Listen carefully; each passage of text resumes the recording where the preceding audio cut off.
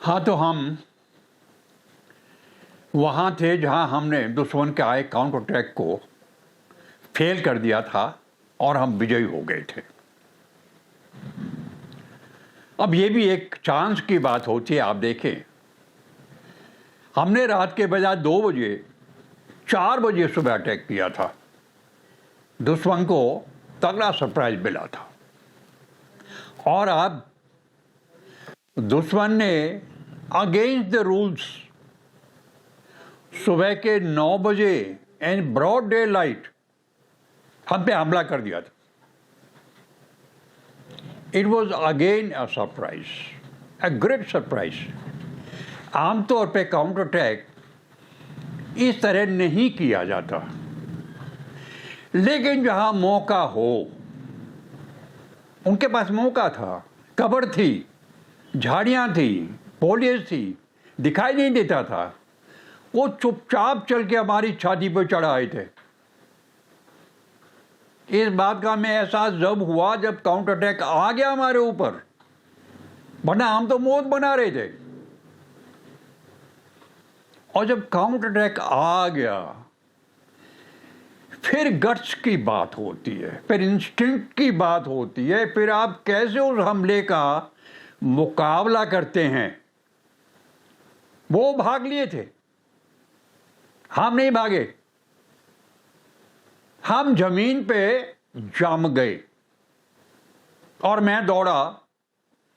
मैंने जाके अपना तोपखाना खोल दिया। सबसे बड़ा काम था। दुश्मन चौड़े में था, हमारे लोग ट्रेंच और बंकरों में थे। सबसे ज्यादा कैजुअल्टी दुश्मन की हो रही थी। हम भी लड़ रहे थे और वो भी लड़ रहे थे। वो चौड़े में थे, हम ग्राउंड में जमीन में थे। वो फायदा हमें था। और जो संघर्ष हुआ था 1-1.5 घंटे जो लड़ाई चली थी, it was real hell to pay, वैसे मैंने कहा था। और आप शांति हो गई थी, दोनों तरफ का फायर बंद था। लेकिन युद्ध बंद नहीं था। हम अभी वही चारों तरफ सर्च करने के बाद में हमने 11 लोगों को पकड़ा था। हमें 7 लाशें बरामद हुई थी। हमारे 3 आदमी घायल हो गए थे। 2 बंकर वाले जो मैंने कहा था सीरियसली घायल हुए थे और एक के कंधे में गोली लगी थी। सबसे पहले हमें यह बंदोबस्त करना था, जो हमारे घायल थे उनको फर्स्ट एड दिया गया था। इंजेक्शन होता है मॉर्फिया का, वो और प्लस हमारे पास ब्रांडी वगैरह सब होता है, वो उनको तुरंत दे दिया जाता ताकि वो होश में रहे थोड़ा। एम्बुलेंस आई थी दौड़ती हुई, जैसे मैंने कहा सेवाएं शुरू हो जाती हैं, और तीनों घायलों को लेके एडीएस चली गई थी। एडीएस होता है एडवांस्ड ड्रेसिंग स्टेशन। जो हम नहीं कर पाए थे वो उन्होंने फौरन कर दिया होगा वहां, और आगे जो भी जरूरत होगी वो पीछे हॉस्पिटल उनको भेज दिया गया होगा। ये चेन इवैक्यूएशन होता है। ये भी लड़ाई का एक सबसे इंपॉर्टेंट हिस्सा होता है। रही दुश्मन की बात, जो हमने कैदी पकड़े थे पीओडब्ल्यू, हमने उनके साथ कोई दुर्व्यवहार नहीं किया था। खाना आया था तो हमने उन्हें खाना बांटा था, लिस्ट बनाई थी और उनको पीछे भेजा गया था। उसी तरह जो 7 आदमी मरे थे उनकी उतनी जिम्मेदारी के साथ हमने निभाया था और उनकी लिस्ट बनाई थी, उनको पीछे भेजा था, जहां या तो उनको उनके देश को सौंप दिया गया होगा या उनका संस्कार किया होगा। ये सैनिकों की परंपराएं हैं, युद्ध की बातें हैं। मीन्स हम लोग देश 2 लड़ रहे होते हैं, हमारी व्यक्तिगत दुश्मनी किसी से नहीं होती। हम देश के लिए लड़ते हैं, देश के अभिमान के लिए लड़ते हैं। और जब मैं लौटा था, मैं जब नत्था सिंह वाली टावर से छोड़ के लौटा था, तो मेरा ऑपरेटर सही राम झगड़ा कर रहा था कि वर्मा साहब कहाँ हैं, मेरा साहब कहाँ है। ये जो खूब ने हंस के कहा था, वो आ रहा टावर पे, यही तो फायर करा रहा था, तेरा साहब ही तो था, वो रहा।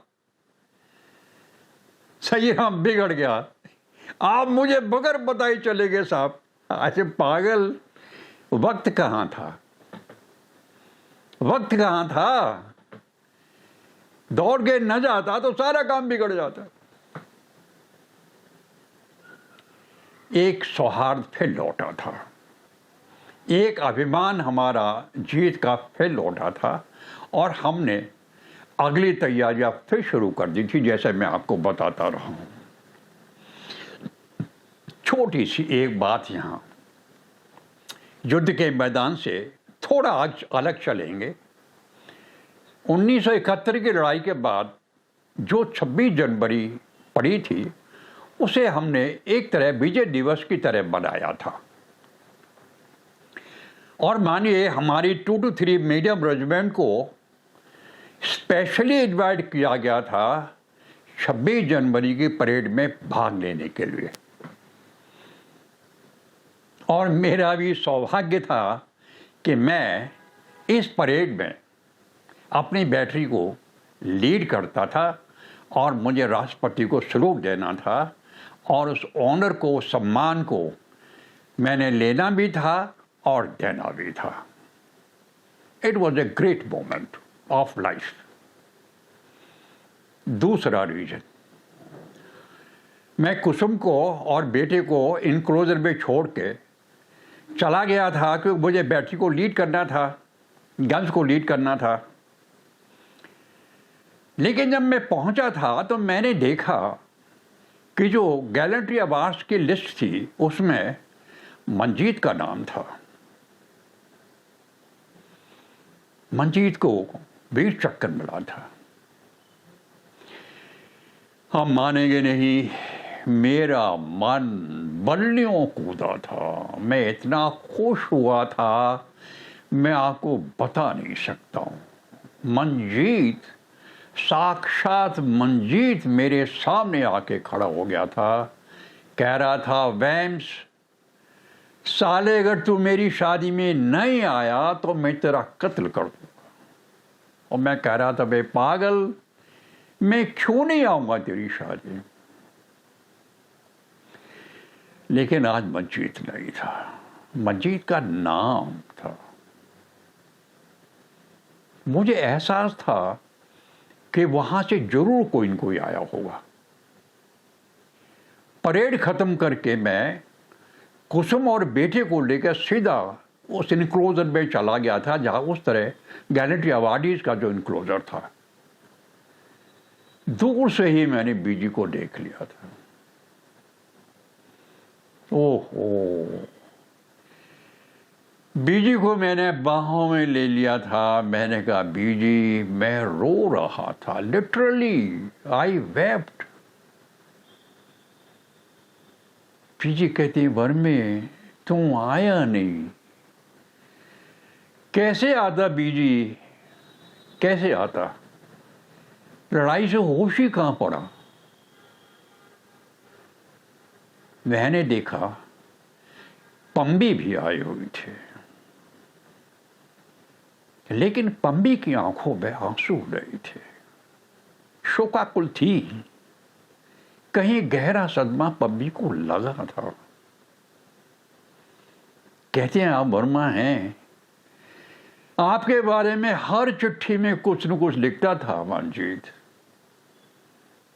मुझे पता था आप आज, यस, हम जिगरी यार थे। ट्रेनिंग साथ साथ की, तोपखाने में साथ साथ आए, लड़ाई साथ साथ लड़ी, और आप बिछोड़ा। ओह गॉड। उस मुलाकात के बाद हम लौट तो आए थे, लेकिन मंजीत आज फिर मेरे साथ ही चला आया था। और मानेंगे, मैं मंजीत को कभी भूला ही नहीं। एक निश्चित बात है, जब हम लड़ाई लड़ते हैं, जिन जिन लोगों के साथ लड़ते हैं उनके साथ इतनी बड़ी आत्मीयता हो जाती है हमारी कि हम एक परिवार से भी आगे निकल जाते हैं, एक दूसरे के सुख दुख को बांटते हैं, ईमानदारी से बांटते हैं, साथ साथ जूझते हैं, एकजुट होकर लड़ते हैं। हमारी विजय का सबसे बड़ा कारण यही है। डीब्रीफिंग में याद है मुझे, मैंने उन लोगों से, कैदियों से पूछा था कि ये जो हलाले जरूरत आपका साहब मरा है, ये कौन था? कहते साहब ये सूबेदार साहब थे, हमारे अफसर तो आते ही नहीं आगे लड़ने, आपकी तरह हमारे अफसर नहीं लड़ते। और शायद नहीं, सच है, कमांडर जो लीड करता है, सबसे बड़ा फैक्टर वही होता है। जवानों के साथ मोरल रेजिंग फैक्टर सबसे बड़ा होता है कि उनका ऑफिसर उनके साथ होता है, सुख दुख को साथ साथ बांट रहा होता है, उन्हीं परिस्थितियों में रह रहा होता है जिनमें वो रह रहे होते हैं। It is a great factor of winning any war. आप उठा के देख लें इतिहास, पहले हमारे वीर भी तो, चाहे वो महाराणा प्रताप थे, चाहे शिवाजी थे, वो मुकाबले में सबसे आगे चलते थे, लीड करते थे। लेकिन बीच में ये जो प्रथम और सेकंड विश्व युद्ध हुए, जहां वेपन्स का काम बदली हो गया, जहां मशीन गनें आ गई, टैंक आ गए, वो लड़ाई का पैटर्न ही बदली हो गया। आज की लड़ाई का पैटर्न ही बदली है। जैसे मैंने कहा, रात हो, दिन हो, छुपके हो, घात हो, प्रतिघात हो, सब चलता है, सब कुछ चलता है। धर्म युद्ध की बात नहीं है, कर्म युद्ध की बात है। डू द रोमन्स वे, सीधी बात है। मैंने आपको आज का प्रसंग सुनाया, और सबसे बड़ा प्रसंग वही, I can't forget my friend and you know. आज के लिए बस इतना ही, अगली कड़ी में फिर बात करें। प्रणाम।